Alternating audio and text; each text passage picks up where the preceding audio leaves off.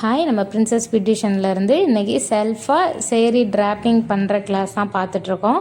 Sari drape பண்ண தெரியாதவங்க இந்த வீடியோ ஃபுல்லாக பாருங்கள், ஸ்கிப் பண்ணாமல். கண்டிப்பாக நீங்கள் கற்றுக்கலாம் அந்த ஒரு வீடியோலையே. இது வந்து உங்களோட ஆப்ஷன். நான் சொல்கிறது, ஒரு சிலருக்கு இங்கனக்குள்ளே வந்து திடீர்னு இந்த அடிமுந்தி மட்டும் இப்படி மிதிச்சிருவாங்க. அப்படி மிதிக்காமல் இருக்குன்னா இங்கே ஒரு குட்டியாக நாட் போட்டுக்கலாம், சரிங்களா? இல்லை நிறைய பேர் பின்னு குத்துவாங்க, அது இங்கனக்குள்ளே குத்திடுச்சுன்னா ரொம்ப பெயினாக இருக்கும். அதுக்கு சின்ன ஒரு சின்ன நாட்டு போட்டிங்கன்னா இங்கனக்குள்ளே கீழே இறங்க. இப்படி வந்து இந்த இடம் வந்து மிதிச்சு கீழே சாரி அவுறாமல் முடிக்கி இருக்கும். அது மட்டும் இப்போ சொருவிக்கோங்க. இப்போ உங்களுக்கு நிறைய இப்போ என்ன மாதிரி வெயிட்டாக இருக்கீங்க அப்படின்னா நிறையா ஃபீட் வேணால் இதை வந்து இன்னும் கொஞ்சம் இங்கே தள்ளி வச்சுக்கலாம். நீங்கள் ரொம்ப ஒல்லியாக இருக்கீங்க, இங்கனக்குள்ளே ரொம்ப முந்தையாக தட்டு வருதுன்னா இன்னும் கொஞ்சம் பின்னாடி கொண்டு போய்க்கலாம். இப்போ நீங்கள் ஒல்லியாக இருக்கீங்கன்னா தட்டு கம்மியாக இருந்ததுன்னா இங்கே வரைக்கும் கொண்டு போய்க்கலாம். இப்போ குண்டாக இருக்கீங்கன்னா நீங்கள் இங்கேருந்து கூட ஸ்டார்ட் பண்ணிக்கலாம், சரிங்களா? அது நம்மளோட விருப்பம். ஆனால் கரெக்டானது வந்து இந்த காலுக்கு இந்த சைடு ஸ்டார்ட் பண்ணுறது, சரிங்களா? நீங்கள் கால் நடக்கும்போது உங்களுக்கு தட்டக்கூடாதுன்னா கொஞ்சம் இப்படி விரிச்சு வச்சு கெட்டும் போதே விரிச்சு வச்சு கெட்டினீங்கன்னா கால் வந்து தட்டவே தட்டாது. அது மாதிரி இந்த பார்டரு கொஞ்சம் இந்த கால் கீழே இருக்கிறாப்புல பார்த்துக்கிட்டு இருக்கு இல்லையா? இப்படி கெட்டுங்க. ரொம்ப கீழேனா உங்களுக்கு வரவுற மாதிரி ஆயிடும். கரெக்டாக கொலுசு கீழே இருக்கிறாப்புல வச்சுக்கோங்க. நிறைய வேலை இங்கேயோட சொருவை நிப்பாட்டிடுவாங்க. ஆனால் நம்ம பின்னாடியும் சேர்த்து நம்ம சொருவோம். இந்த இடத்துல இங்கேருந்து இந்த ரைட் சைடு வரைக்கும் எல்லாத்தையுமே நீங்கள் இது உள்ள சொருவினீங்கன்னா தான் கரெக்டாக வரும். Right side first. இப்போ நம்ம ஊக்கு குத்தி வச்சுருக்கோம் இல்லையா? லாஸ்ட்டாக உள்ள குத்தின ஊக்கை பிடிச்சிக்கோங்க. இப்போ நம்ம ஒரு சுற்று மட்டும் அடிமுந்தியில் இருக்குல்ல, அந்த ஒரு சுற்றை மட்டும் இங்கே வரைக்கும் சுற்றிருக்கேன். அப்படியே நேராக இதை எடுத்துகிட்டு வர்றேன். கைட்டை கொண்டு வந்து இந்த பின்னை இருக்கு இல்லையா, இந்த பின்னை பிடிச்சி இன்னொரு சுற்று. அவ்வளோதான். இதை அப்படியே மேலே போட்டுறேன். இதை அப்படியே இப்படி மேலே போட்டுறேன். அவ்வளோதான். இது வரைக்கும் புரிஞ்சா உங்களுக்கு? நான் நிறைய பேர் கேட்டால் தெரியாமல் இருக்கிறவங்களுக்காண்டி சொல்கிறேன். ஒரு சுற்று ஆல்ரெடி இப்படி மடித்து சொல்லிட்டோம், இன்னும் ஒரு சுற்று பின்னை மட்டும் தூக்கி இப்படி போட போகிறோம்.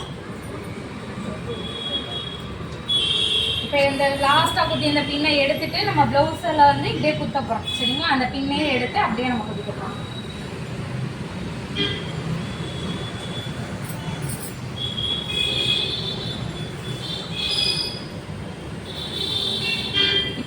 நிறைய பேருக்கு இப்படி சைடு தெரியுதுன்னு நினைப்பீங்களா? அது ரீசன் ஏன்னா இப்படி ஃபஸ்ட்டே வந்து நீங்கள் இப்படி எடுத்து விடணும். இங்கிட்டலாம் இப்படி கொண்டு வரதுக்கு முன்னாடியே இங்கே எடுத்து விட்டீங்கன்னா உங்களுக்கு சைடு தெரியாது, சரிங்க? இந்த மாதிரி சின்ன ஒரு இதான் நம்ம மிஸ்டேக் பண்ணோம். மற்றபடி எல்லாருக்கும் கெட்ட தெரியும்.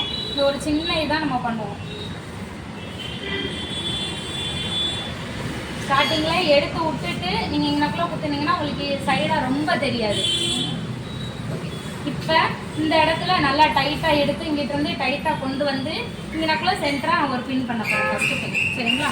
இதுக்கு வந்து கண்டிப்பாக நான் சொல்கிறதுக்கு வந்து மெத்தடில் ஊக்கு வந்து அதிகமாக தான் தேவைப்படும். இங்கனக்குள்ளெல்லாம் குத்தும்போது கொஞ்சம் பெரிய பெரிய கிண்ணா யூஸ் பண்ணிக்கோங்க. என்ன குத்தும்போது இப்படி உள்ளே விட்டு எடுங்க. வெளியில் இது இருக்கிறாப்லே பார்த்துக்கோங்க. இங்கே எங்கேயும் வெளியில் உங்களுக்கு தெரியாது, இந்த மாதிரி எடுத்துக்கோங்க. இப்போ சென்டராக ப்ளீட் எடுக்க போகிறீங்க. உங்களுக்கு தொப்பை ரொம்ப தெரியக்கூடாதுன்னா இது வந்து அகாலமாக எடுக்கணும் நீங்கள், சரிங்களா? நீங்கள் குண்டா தெரியணும்னா குட்டி குட்டியாக எடுக்கணும். நான் வந்து மீடியம் சைஸாக எடுக்கிறேன். இப்போ குட்டி குட்டியாக எடுக்கிறது எப்படின்னா இந்த இடத்துல அந்த ப்ளீட்டை பாதியாக அப்படி மடித்து எடுக்கிறது வந்து குட்டி குட்டியாக. இது வந்து எது இங்கே நிறையா இருக்கிற மாதிரி தெரியறதுக்கு. இதே இது ஒல்லியாக தெரியணும் அப்படின்னா இப்படி நல்லா பெருசாக இப்படி எடுத்தீங்கன்னா இங்கே வந்து ரொம்ப மொந்தமாக இருக்காது. அப்போ உள்ளக்க போகும்போது நம்மளுக்கு வயிறு வந்து பெருசாக இருக்கிற மாதிரி தெரியாது. அதுக்கான அப்புறம் இன்னொன்றுன்னா இந்த இது வந்து ஃப்ளீட் லாஸ்ட் ஃப்ளீட் வந்து இப்படி கீழே வரைக்கும் இருக்கணும். இங்கனக்குள்ளே இப்போ இன்னொரு இது வைக்க வச்சுக்கோங்களேன். இப்படி இங்கனக்குள்ளே பாதியிலே நிற்கிதா, இது வந்து இழுத்துட்டு இருக்கும். இப்படி வந்து எடுக்கக்கூடாது. நம்ம எடுக்கிற ஃப்ளீட் வந்து அப்படி இருக்கக்கூடாது, இப்படி கரெக்டாக இருக்கணும். அப்படி ரொம்ப எக்ஸ்ட்ரா இருந்தால் இந்த லாஸ்ட்டு ஃப்ளீட்டானா நீங்கள் நல்லா பெருசாக வச்சுக்கணும். இது நீங்கள் எவ்வளோக்கு எவ்வளோ பெருசாக இருக்கீங்களோ உங்களுக்கு சைடு இந்த இப்படி இழுத்துட்டு போகிற மாதிரி இருக்காது, நடக்கும்போது கஷ்டம் இல்லாமல் இருக்கும். அதனால் இந்த லாஸ்ட் ஃப்ளீட்டு நீங்கள் எவ்வளோ பெருசானாலும் எடுக்கலாம், உள்ளக்க எவ்வளோ குட்டி எடுக்கனாலும் நீங்கள் எடுத்துக்கலாம்.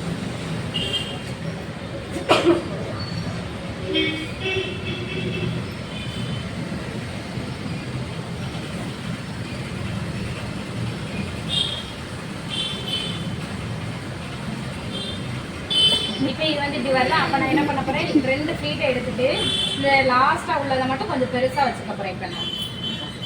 இப்போ இது வந்து நம்ம ப்ரீ ஃப்ளீட் பண்ணாமல் கட்டுறதுனால என்ன பண்ணால் இந்த லாஸ்ட் இது பெருசாக இங்கிட்டு தள்ளி வச்சிடணும்.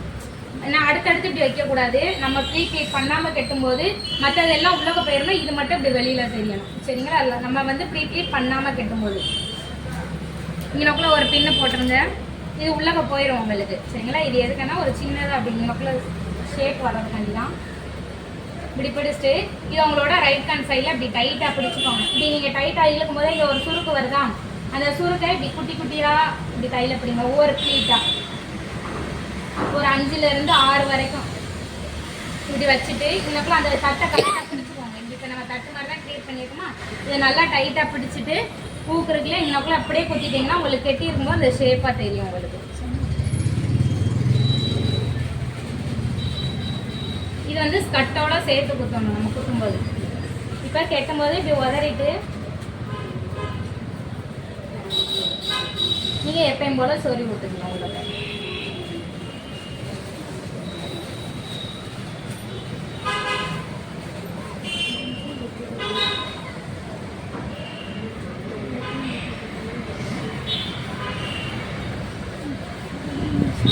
இங்கே எக்ஸ்ட்ரா இருக்கும் பார்த்தீங்களா, இது எல்லாத்தையும் இப்படி கரெக்டாக கொஞ்சம் கொஞ்சமாக சொருவி பேலன்ஸ் உள்ளதை நல்லா இப்படி மடித்து பின்னாடி கொண்டு வந்துடுங்க. சரிங்களா, பேலன்ஸ் உள்ளதை மடித்து இப்படி நேரம் சொருவி. இப்போ இங்கேயே சொருவினீங்கன்னா இங்கேக்குள்ள பொஃப்னு தெரியும், அதனால் பின்னாடி கொண்டு போயிருங்க. இது எல்லாத்தையும் இழுத்து விட்டுட்டு இப்போ இது ப்ளவுஸ்னால் நம்மளுக்கு இவ்வளோ முன்னாடி வராது, பின்னாடியே நிற்கும். இப்போ இது சுட்டினால நம்மளுக்கு அப்படி வருது. இங்கே என்ன பண்ணோம்னா நம்மளோட இந்த இது பார்டரை மட்டும் எடுத்து இப்படி வி ஷேப்பில் லைட்டாக இப்படி மடிச்சுக்கோங்க. மடிச்சுட்டு இந்த ஃபஸ்ட்டு ப்ளீட்டாக விட்டுருங்க. இங்கே உள்ள இந்த இதை விட்டுட்டு மற்ற எல்லாத்தையும் இங்கே டைட்டாக பிடிச்சி இந்த இதை மட்டும் இப்படி வீ மாதிரி வச்சிங்கன்னா உங்களுக்கு இங்கே இறங்காமல் இருக்கும். இல்லை உங்களுக்கு இங்கே குத்தவே பிடிக்காதுன்னா இன்னொரு மெத்தட் என்னென்னா, இந்த ஃபஸ்ட் ப்ளீட் இருக்கு இல்லையா, இங்கனக்குள்ளே ப்ளவுஸில் இருந்து இப்படி எடுத்துட்டு ஒரு பின் பண்ணிக்கிட்டிங்கன்னா இங்கனக்குள்ளே நகராது. இங்கே நகரக்கூடாதுன்னா நம்ம வந்து இப்போ இந்த இது சொல்கிறோம். இங்கனக்குள்ளே வச்சுட்டு இப்படி நல்லா மடித்து விட்டுட்டு மற்ற எல்லாத்தையும் ஒன்று மேலே ஒன்றா வச்சுட்டு இந்த ஃபஸ்ட் ப்ளீட்டை விட்டுறணும். சரிங்களா, இப்படி விட்டுட்டு இங்கனக்குள்ளே உள்ளே கூடி ஒரு பின்னு சின்ன பின்னை எடுத்துக்கோங்க. இங்கனக்குள்ளே கூடி இப்படி குத்தணும். நம்ம எவ்வளோ குட்டியாக குத்த முடியுமோ அவ்வளோ குட்டியாக குத்தணும்.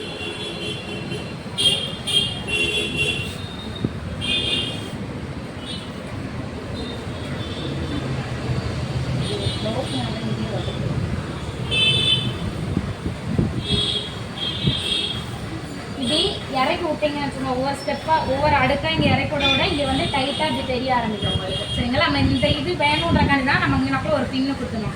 இது அதுக்கப்புறம் இப்படி ஷேப்பாக எடுத்து விட்டிங்கன்னா அது வாட்டி நிற்கும் உங்களுக்கு. இங்கே எவ்வளோ டைட்டாக இருக்கோ உங்களுக்கு வந்து பாடியில் அந்த சாரீ கச்சுன்னு நிற்கும். அந்த இது டைட்டாகனா என்ன செய்யணும், இந்த ஸ்டெப் இருக்கு இல்லையா, இதை வந்து நம்ம இப்படி ஒவ்வொன்றா எடுத்து விடணும். இப்படி எடுத்து விட்டு இப்படி இறக்கி விடணும். பின்னாடி விட்டு லைட்டாக இறக்கி விட்டிங்கன்னா அப்படியே நிற்கும் உங்களுக்கு. சாரியே ஃபிட்டாக இருக்கும். ஃபிட்டாக இருந்தாலும் சாரீ நல்லா லூஸாக தொலைலன்னு கேட்டோம்னா நல்லா பட்டு சாரிக்கு தான் அப்படி வரும். பூனை சாரிக்கு அதை எதிர்பார்க்காது. சரிங்களா, ஓகே. வீடியோ ஃபுல்லாக பார்த்ததுக்கு ரொம்ப நன்றி. சப்ஸ்கிரைப் பண்ணாதவங்க சப்ஸ்கிரைப் பண்ணிக்கோங்க. இதில் டவுட்னா கமெண்ட் பண்ணுங்கள்.